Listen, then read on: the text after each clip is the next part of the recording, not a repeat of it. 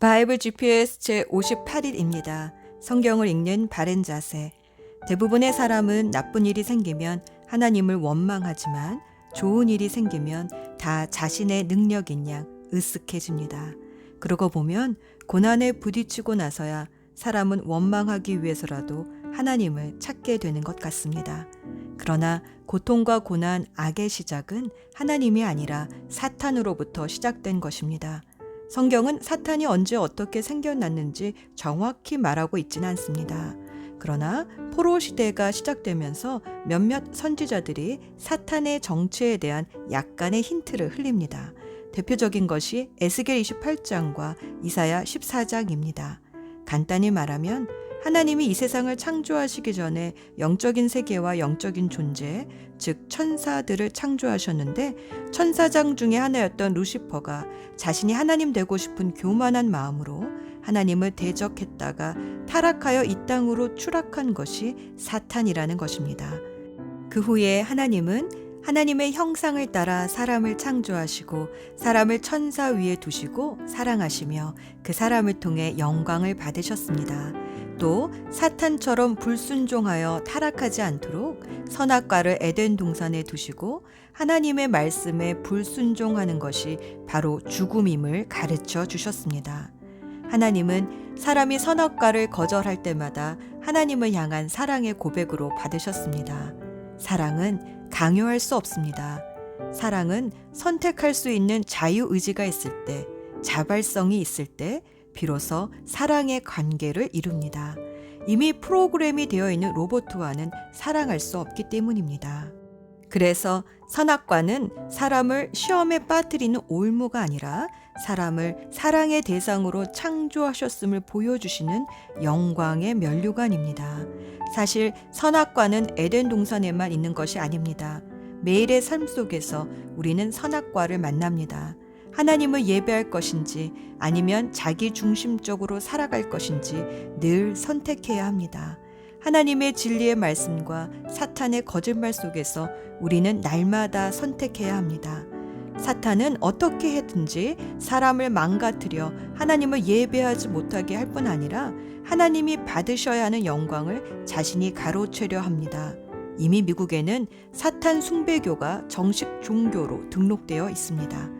사탄의 거짓말에 속아 사람과 이 세상이 타락하자 에덴 동산에는 없었던 고생, 고통, 고난이 생겨났습니다. 죄를 지으면 고생하게 됩니다. 그런데 죄를 짓지 않았는데도 사탄의 참소 때문에 욥처럼 고통을 겪기도 합니다. 이 세상은 아직 천국이 아니기 때문에 살다 보면 질병에 걸리거나 사고를 당하거나 하는 일들이 생길 수 있습니다. 그런데 하나님 나라를 위해 일부러 고난 속으로 걸어 들어가는 사람도 있습니다. 예수님이 그러셨습니다. 이 땅에 복음을 전해주신 많은 선교사님들도 스스로 고난을 선택했습니다. 또 지금도 사랑 때문에 엑스트라 마일을 걷는 고난과 수고를 하는 사람들이 있습니다. 내가 겪는 어려움이 고생이면 빨리 회개하여 주님께 돌아오면 되고 고통이면 하나님께 도우심을 구하면 됩니다. 그런데 그것이 고난이면 이상한 기쁨과 평안이 속에서부터 흘러나옵니다. 예수님은 십자가의 고통을 그 앞에 있는 기쁨을 내다보고서 참으셨다라고 히브리서는 말합니다.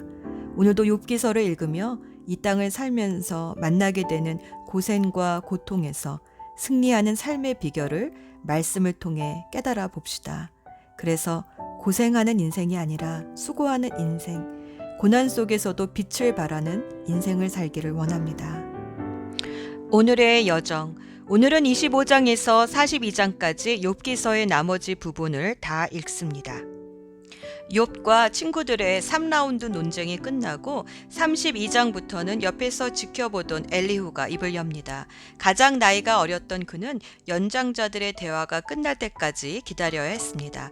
하나님은 욥의 세 친구들의 말은 책망하셨지만 엘리후는 책망하지 않으셨습니다. 욥의 세 친구들은 욥의 고난이 죄의 대가라고 했지만 엘리후는 의인도 고난을 받을 수 있다고 주장했습니다.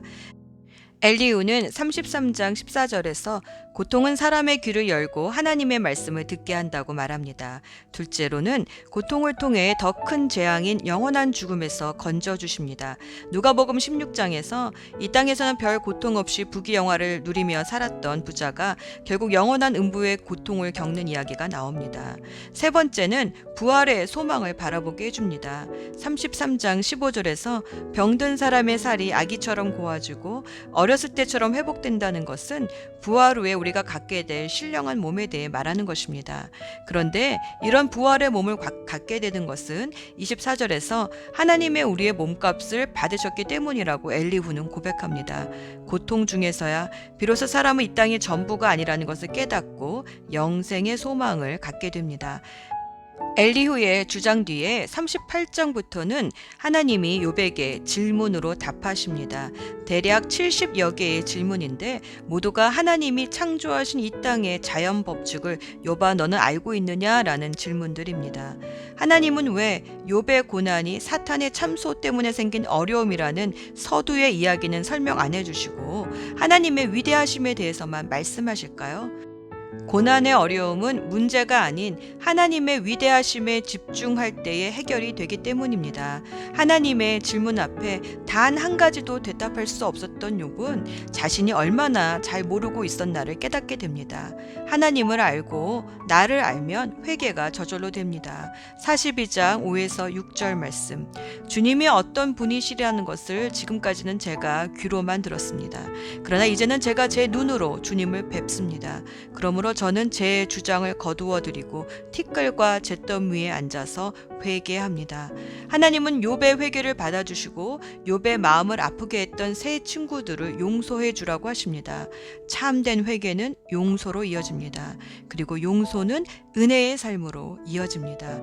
욥이 회개하고 용서하자 그의 친지 이웃들이 찾아와 욥을 위로하고 돈과 금고리들을 선물로 주었습니다. 은혜는 이렇게 회개하고 용서하는 사람에게 값없이 주어지는 선물입니다. 그것이 미천이 되었을까요? 하나님은 욥의 재산을 2배로 늘려주시고 자녀들도 다시 다 주셨습니다. 욥은 장수의 선물까지 받아 자손을 4대까지 보고 세상을 떠났습니다.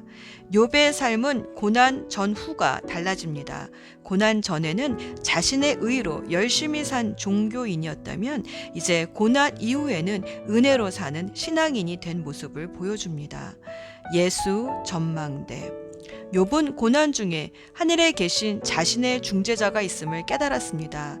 또 엘리후는 욥에게 33장 24에서 25절을 통해 우리가 무덤에 내려가지 않도록 대신 몸값을 내신 분이 있다는 것을 말해줍니다. 욥기 33장 24에서 26절 말씀. 하나님은 그에게 은혜를 베푸시고 천사들에게 말씀하실 것입니다. 그가 무덤으로 내려가지 않도록 그를 살려주어라. 내가 그의 몸값을 받았다. 그렇게 되면 그는 다시 젊음을 되찾고 건강도 되찾을 것입니다. 그가 하나님께 기도를 드리면 하나님은 그에게 응답하여 주실 것입니다. 그는 기쁨으로 하나님을 섬기고 하나님은 그를 다시 정상적으로 회복시켜 주실 것입니다. 고난을 겪은 사람들은 공통적으로 자신의 연약함을 깨닫게 됩니다. 내 힘으로 구원을 이룰 수 없구나를 철저히 깨닫게 될 때 나를 위해 대신 죽으신 예수 그리스도의 소중함을 더 깊이 알게 됩니다. 그리고 인생의 고통 속에서 부활의 소망을 갖게 됩니다. C.S. 루이스는 고통의 문제라는 책에서 고통이 주는 여러 유익함에 대해 썼습니다. 고통은 한마디로 하나님이 우리의 귀를 열어 하나님의 음성을 듣게 만드는 메가폰이라고 했습니다. 하지만 그는 고통이 주는 유익함을 이성적으로는 이해했지만 막상 사랑하는 아내를 암으로 잃는 고통을 겪고 나자 그 모든 이성적인 이해력이 깨졌다고 고백합니다. 고통을 머리로 이해하는 것과 실제로 겪는 것은 하늘과 땅 차이입니다. 그리고 나서 쓴 책이 바로 헤아려 본 슬픔이라는 책입니다. 그는 고통을 실제로 겪고 나서 이제 참다운 사랑과 부활의 소망을 갖게 되었다고 고백합니다.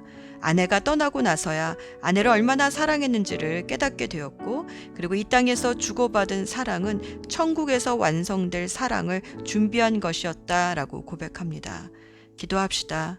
모든 것을 아시고 주관하신 하나님, 저의 짧은 지식으로 하나님을 오해하고 판단했던 죄를 용서해 주소서. 오늘도 말씀을 읽으며 내가 얼마나 모르고 있었나를 깨닫게 해주셔서 겸손한 마음으로 하나님을 더 구하기 원합니다. 항상 은혜로 값없이 주시는 예수 그리스도의 이름으로 기도합니다. 아멘.